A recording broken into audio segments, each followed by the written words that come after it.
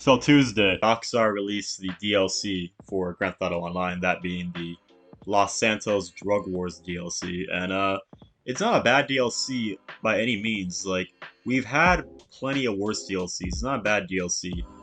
I feel as if the marketing for this DLC was very lackluster.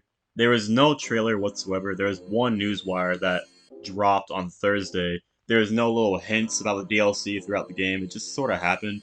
And no, I'm not counting the fake leaks saying, "Oh, Michael's gonna be the new DLC, and you're gonna go to the movie studio, and there's gonna be a new solo heist where you make $1 kajillion."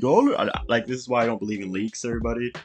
But yeah, this is not a bad DLC. I do like it a lot. There has been a lot better. Don't get me wrong. Kyle Perico, the contract, both the casino DLCs. But this is not a bad. I cannot emphasize enough. This is not a bad DLC. So let's just go ahead and just jump right into it. Get right into it. It's like basically let's break it down. So all the points I want to make for this video, I want to make the points of the changes made to the game, the new cars, the new business, the drip feed, the story missions, and at the end of the video, we're going to weigh out the pros and cons of this DLC. So one of the changes made to this DLC that a lot of fans have been asking for since like 2014 is to organize your contact list, delete contacts or whatever. And you can do that by going to the interaction menu and just hiding contacts. I believe they can still call you, but I'm not really too sure about that. But I will say this is a very welcome new change to the game. Another change that's been added to the game is that the casino story missions can now be done solo.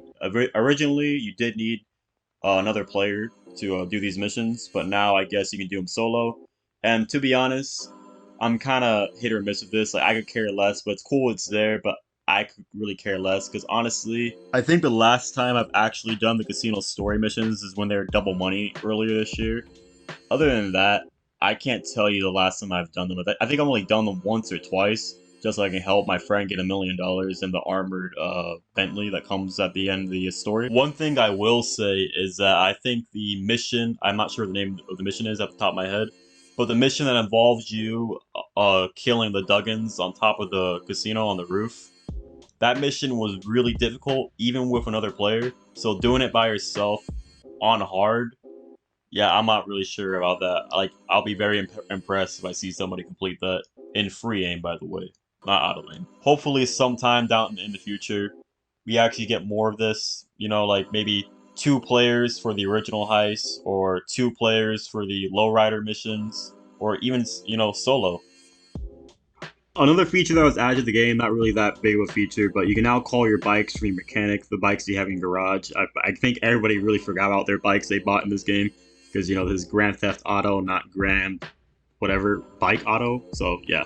Another new feature that I really think is criminally underrated is that hanger sales are now permanently triple money. So let's say you have 50 chemical crates, right?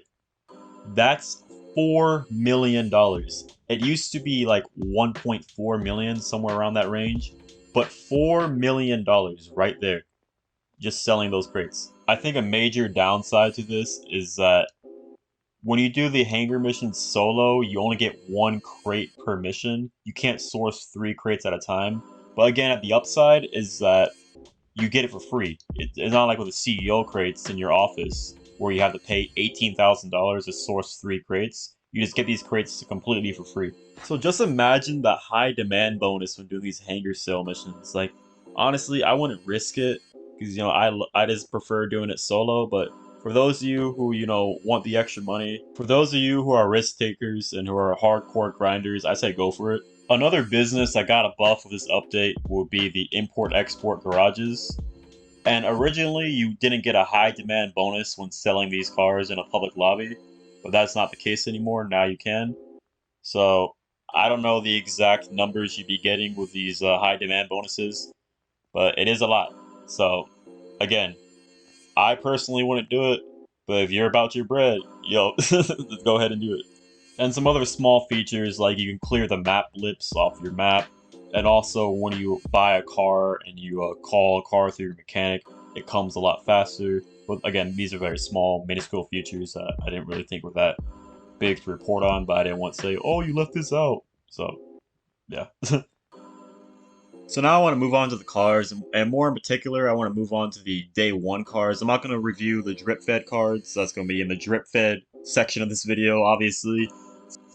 So the day one cars that were added was the Annis 300R, which is based off of the new Nissan Z. They added a new entity, which is called the Entity MT, which is based off of the Koenigsegg Jesko. It's a pretty nice car, pretty fast too, you know. Very, not a lot of customizations compared to a lot of other supercars, but it is a nice looking car. And of course, it is, again, pretty fast. Another day one car of this DLC would be the Declasse Tulip M-100, which is based off of a Chevy Malibu. I believe the year is 1982. And nice muscle car, you know. I think there's better muscle cars in the game, like the Beater Dukes, the Gauntlet Classic, the Buffalo STX, the Vajiro. Again, this is not a bad car at all whatsoever. It's just, I don't know, I'm kind of fatigued when it comes to muscle cars.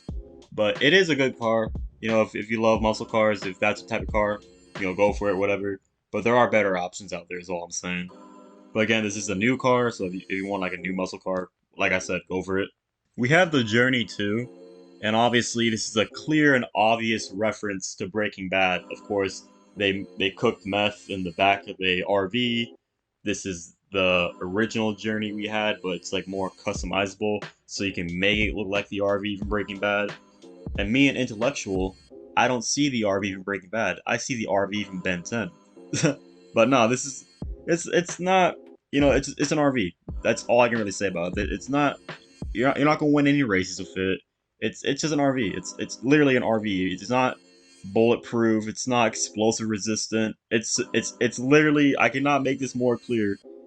It's literally an RV. That's all it is. But again, it's cool to have if you love Breaking Bad, you know, and it also fits this update for clear reasons, you know. But yeah, that's the Journey 2. And then finally, they have the Surfer Custom. And this is like your generic hippie van you see in the movies. If you really want to, I think you could probably customize this to look like that one hippie van from Cars. I'm not sure what the character's name is. I'm not like a Pixar connoisseur, but you can probably customize it that way. And also, a lot of people notice right off the jump, you can customize this to look like the mothership from San Andreas. You know, the Truth's, the character the Truth. That's his van's name or whatever. There's a livery that looks exactly like the livery from San Andreas for his mothership van, whatever. And for like a day one thing for this DLC, this is actually really good because the Criminal Enterprise update, the vehicles they added for day one were so lackluster. Like, I know it was the same amount, but like I think only 2 or maybe 3 cars were actually worth buying for the day one. Also, the Annis 300R on December 28th will be removed from Legendary Motorsports, meaning you can no longer buy it. It's a limited time thing only. It's not, you can't buy it like a year from now. Hopefully you can, but as of right now you can't.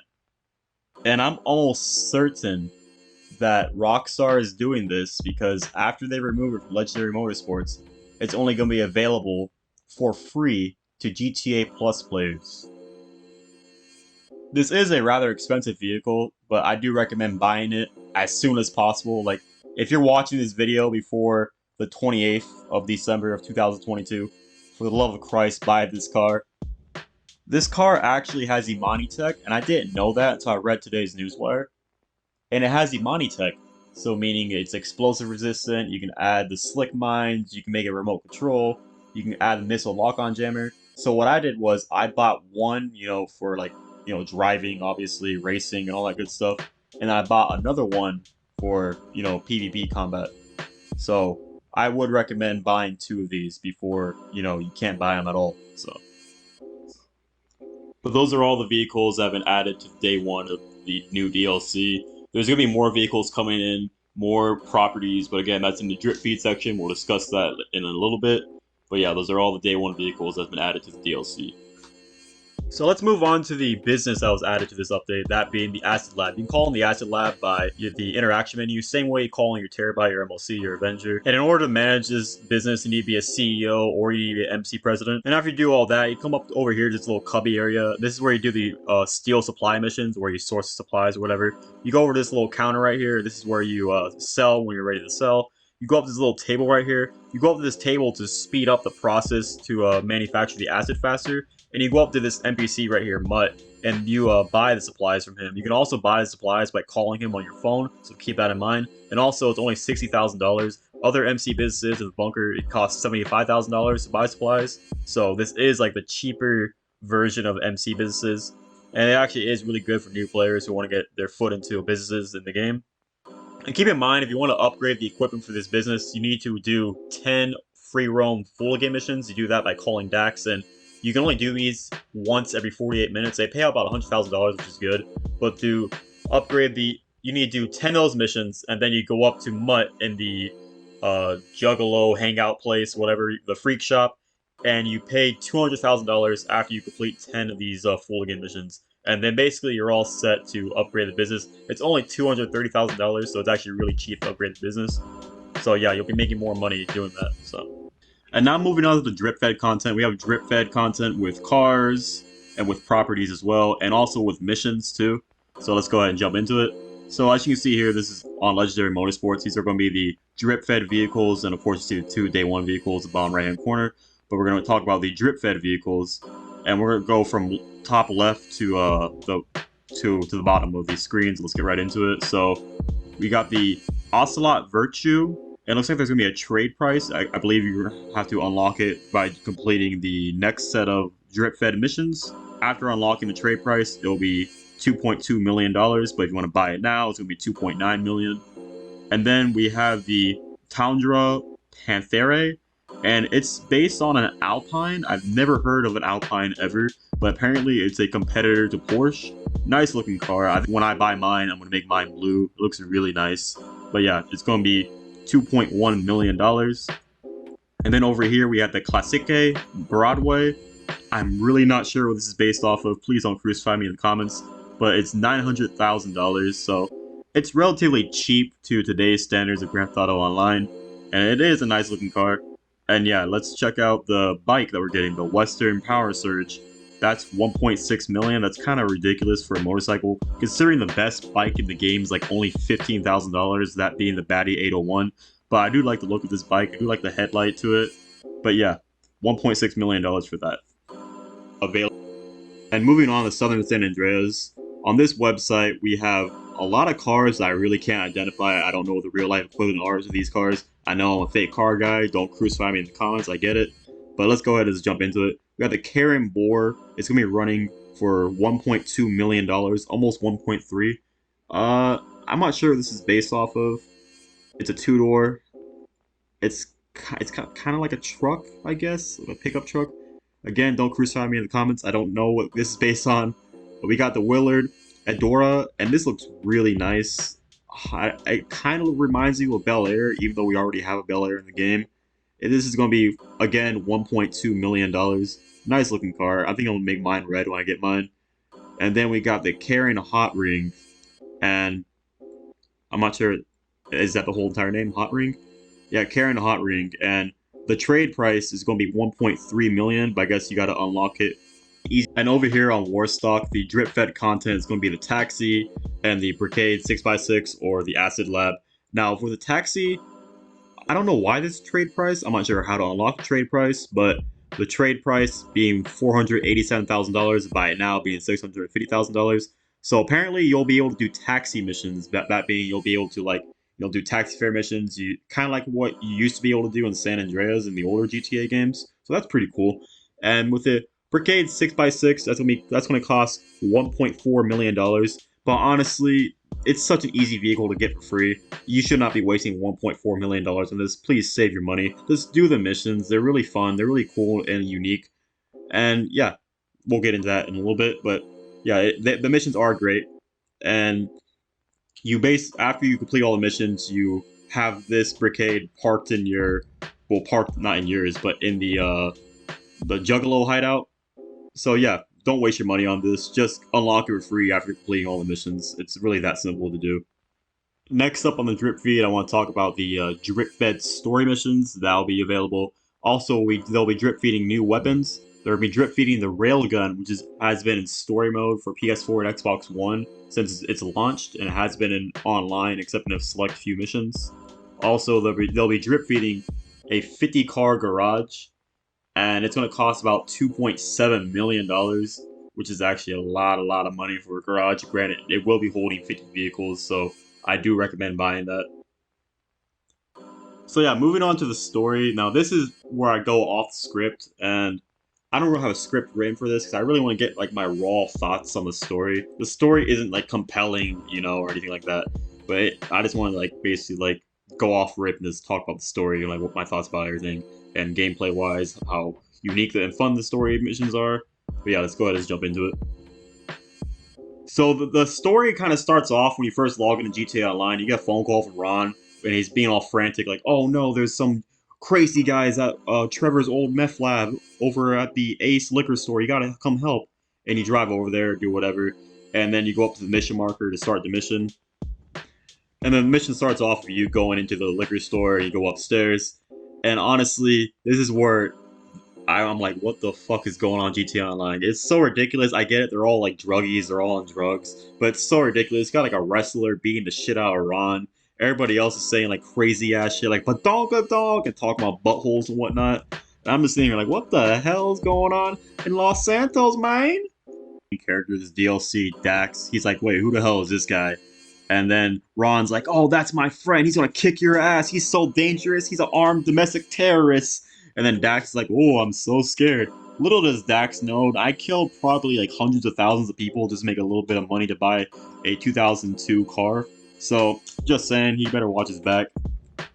I do have mixed feelings about Dax. Like, he's really annoying and he's really like juvenile with his like jokes about buttholes and all this crap, saying turd and stuff. Like he's a 2003 edgelord, listen to Slipknot. That's basically what he reminds me of.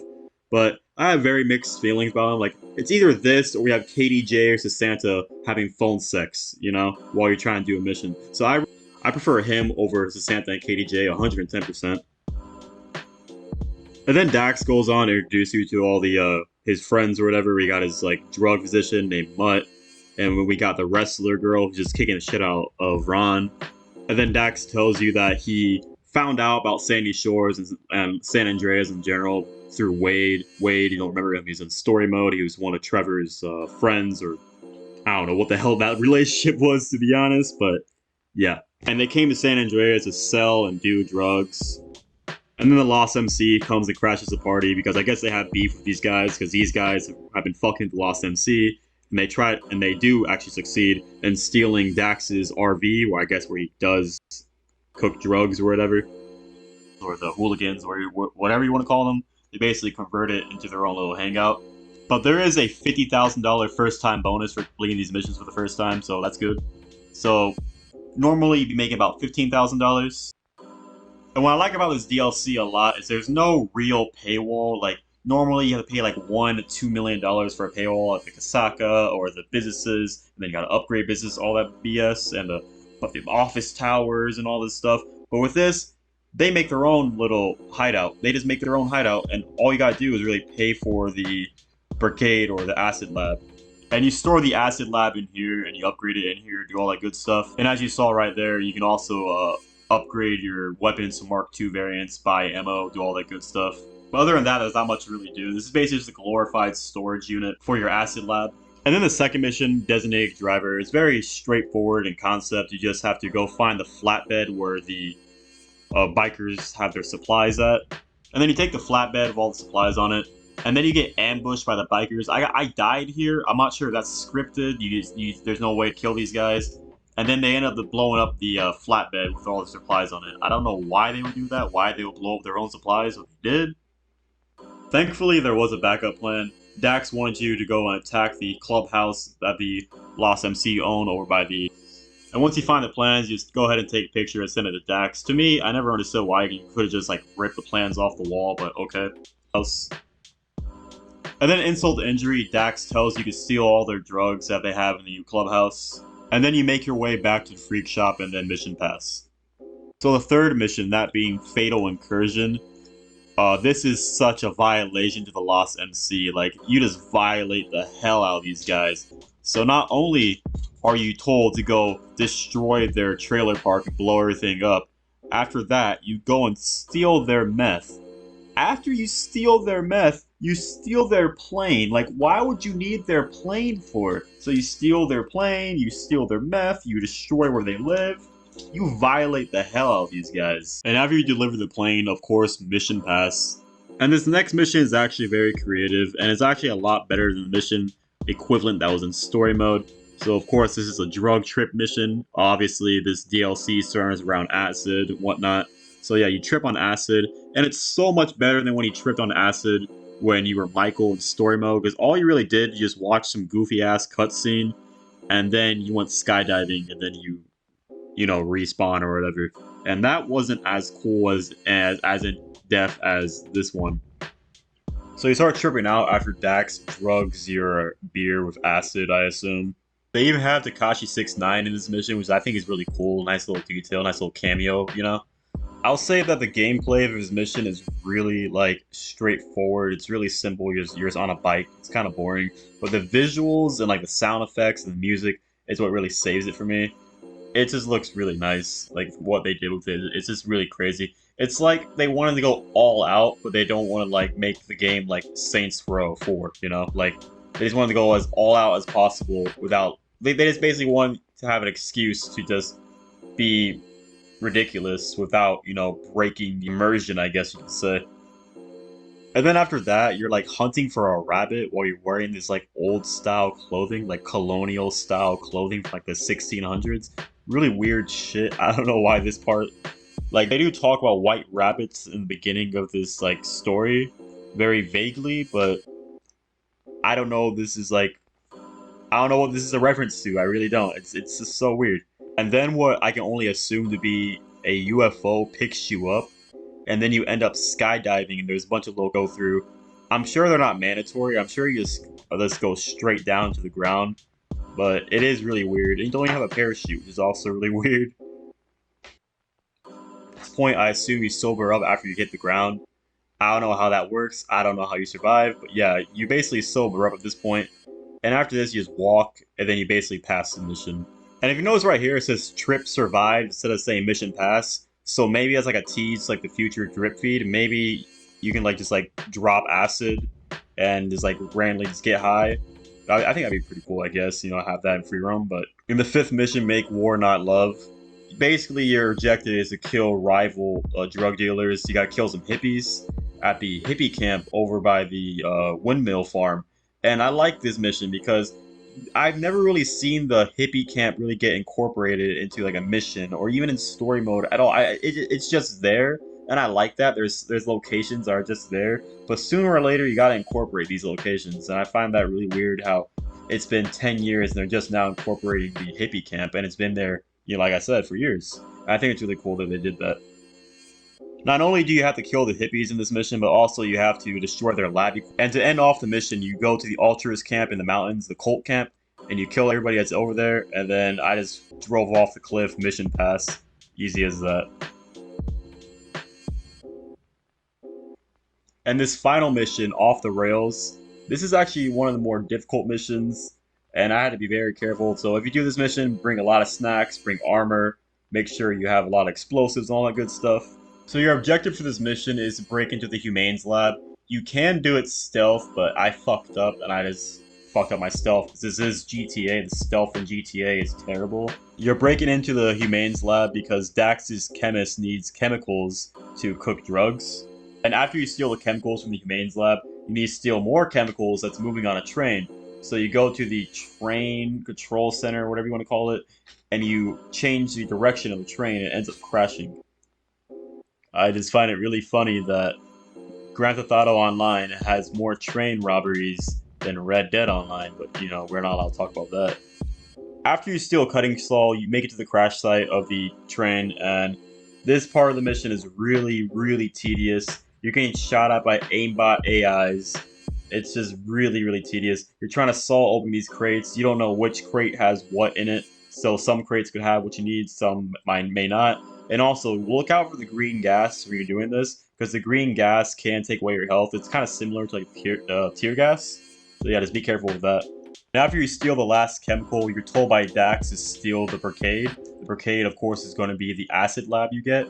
And please be careful when you're driving the Brigade, because Brigade does have a health bar, so if the enemies shoot it too many times, it could blow up and you fail the mission right then and there. So please be careful with that. And of course, the destination is like across the map essentially, so again, be careful with that. And after you pass the mission, you store the Brigade inside the freak shop, and then Dax calls you and lets you know that, hey, here's the locations for all the supplies we need. So you do one last mission. It's not technically a story mission, but you do one last mission to basically unlock the Brigade. And the supplies are in one of and it's really straightforward. Just go ahead and kill the guards, steal the truck.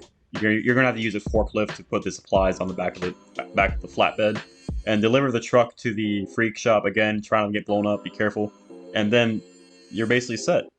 And that's basically everything that's came with this DLC. I've covered just about everything. I covered the changes that were made. I covered the cars, the new business, the drip feed, and the story. So that's basically all that really needs to be covered about this DLC. I actually want to move on really quick to the pros and cons before I end this video. I want to start out with the pros first before I go to the cons. But for the pros, I think that the day one vehicles are actually really great for this DLC. I think the day one vehicles actually are a lot better than the previous DLC, that being the Criminal Enterprise DLC. I feel like these cars are much better. Like, I bought them all actually, so. Another pro I want to say, the drip fed cars are great too. I'm really excited about the Alpine or the Torridon, whatever you want to call it. I'm really excited to get that actually. I also want to get the bike too. That's one thing I'm also really excited about.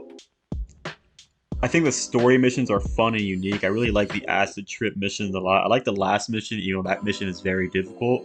It still is a lot of fun. And they are very difficult, challenging to do when you're in free aim. Another pro I want to say about the story missions is that the story missions actually incorporate a lot of locations that aren't really used.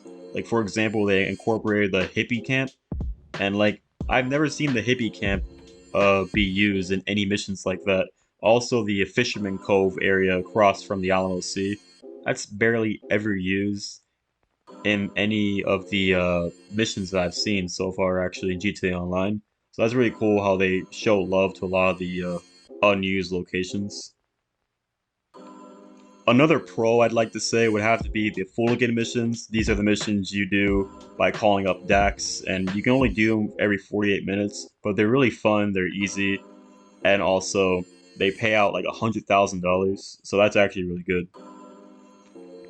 Another pro I want to say is that the Acid Lab is good for new players, because you practically get the Acid Lab for free. So you practically get the Acid Lab for free, so it's really easy for new players to make a lot of money in GTA. And once they make enough money, of course, they can buy the agency, the auto shop, or the Kasaka. Another pro that involves the Acid Lab business is that you don't have to pay to upgrade your business to speed up the manufacturing, so that's good too.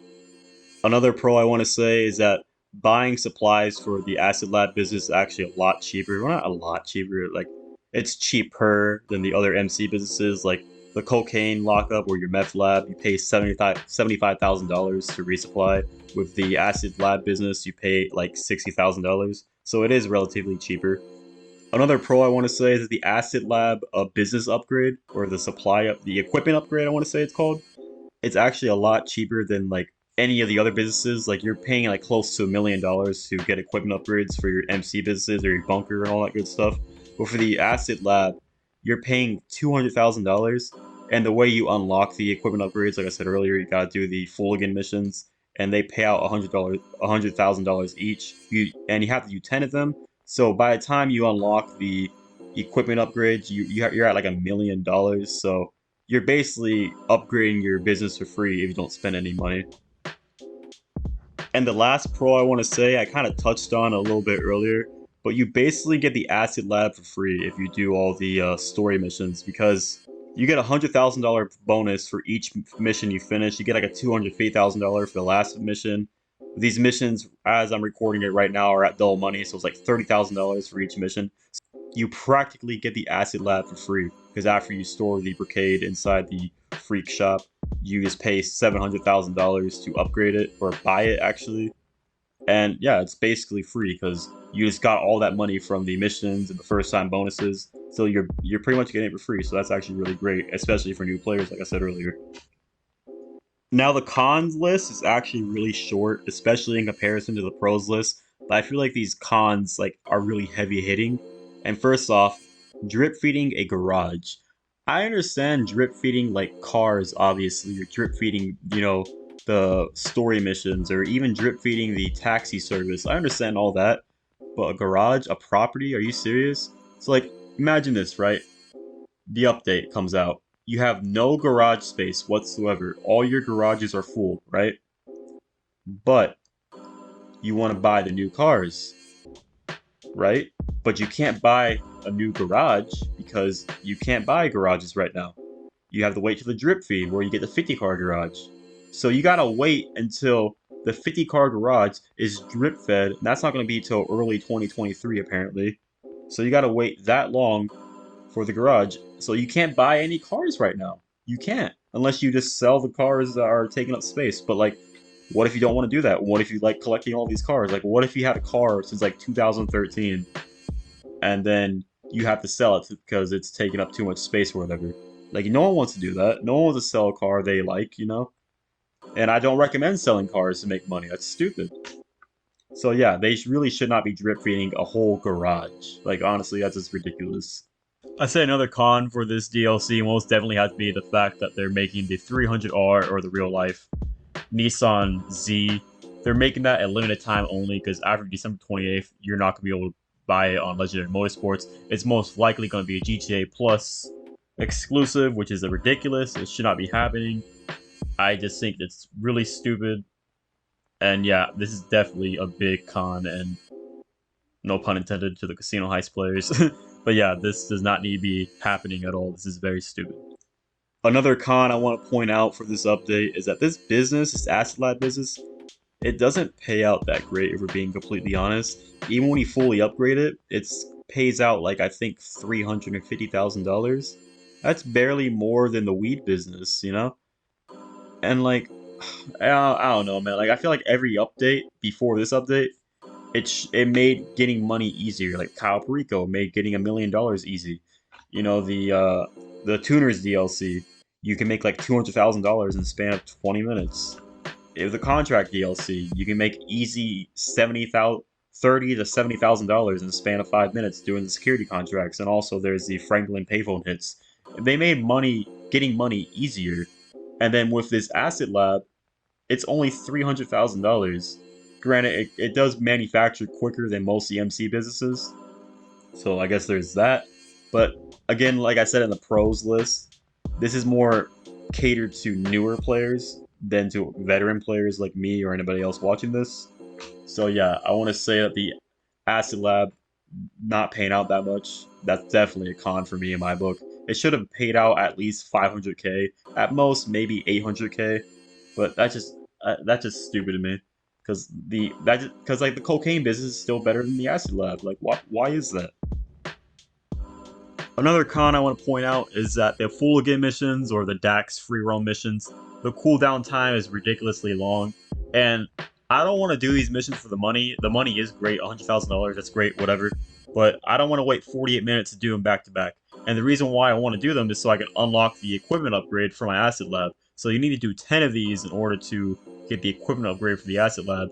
But you're going to wait between 8 to 10 hours to do it if you want to do the missions back to back consecutively.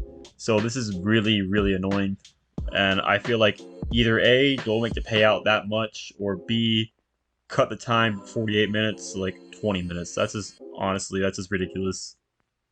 Honestly, the last con for this DLC would have to go to the fact that we have to wait to get the car that we won from the heist challenge. If you didn't know, last month there was a heist challenge, and we were challenged to win $2 trillion. All the community all together had to win $2 trillion, and we ended up making $4 trillion. So you'd think day one of the DLC we would have got the free car that Rockstar promised us, but instead it's going to be the first car that's drip fed to us for free, and you can only get it for free for a weekend. It's not free you can't log in at any time and get it for free. That's just really stupid to me, and I just wish it would have been on day one. But yeah, this is definitely a big con. I think that's just about everything I really wanted to cover with this video. This has been a very, very long video, 40 minutes long. we went over the changes made to the game, the cars, the new business, the drip feed content, the story missions, and of course the pros and cons. So yeah, if you guys did go on enjoy this video, like and comment, we appreciate it. Subscribe to the channel. They really, really appreciate it because this has been like such a long video to edit and all that good stuff. But yeah, thank you so much for watching, everybody. I really do appreciate it. I really do appreciate the support on my channel. But like I said, if you like this video, if you liked it, go ahead and like it, give it a thumbs up, whatever. Comment what you think about this DLC. Do you like it? Do you hate it? Do you think it's alright? Do you think it's mid? And yeah, well, out of the way. I'll see you guys in the next video. Take care, everybody.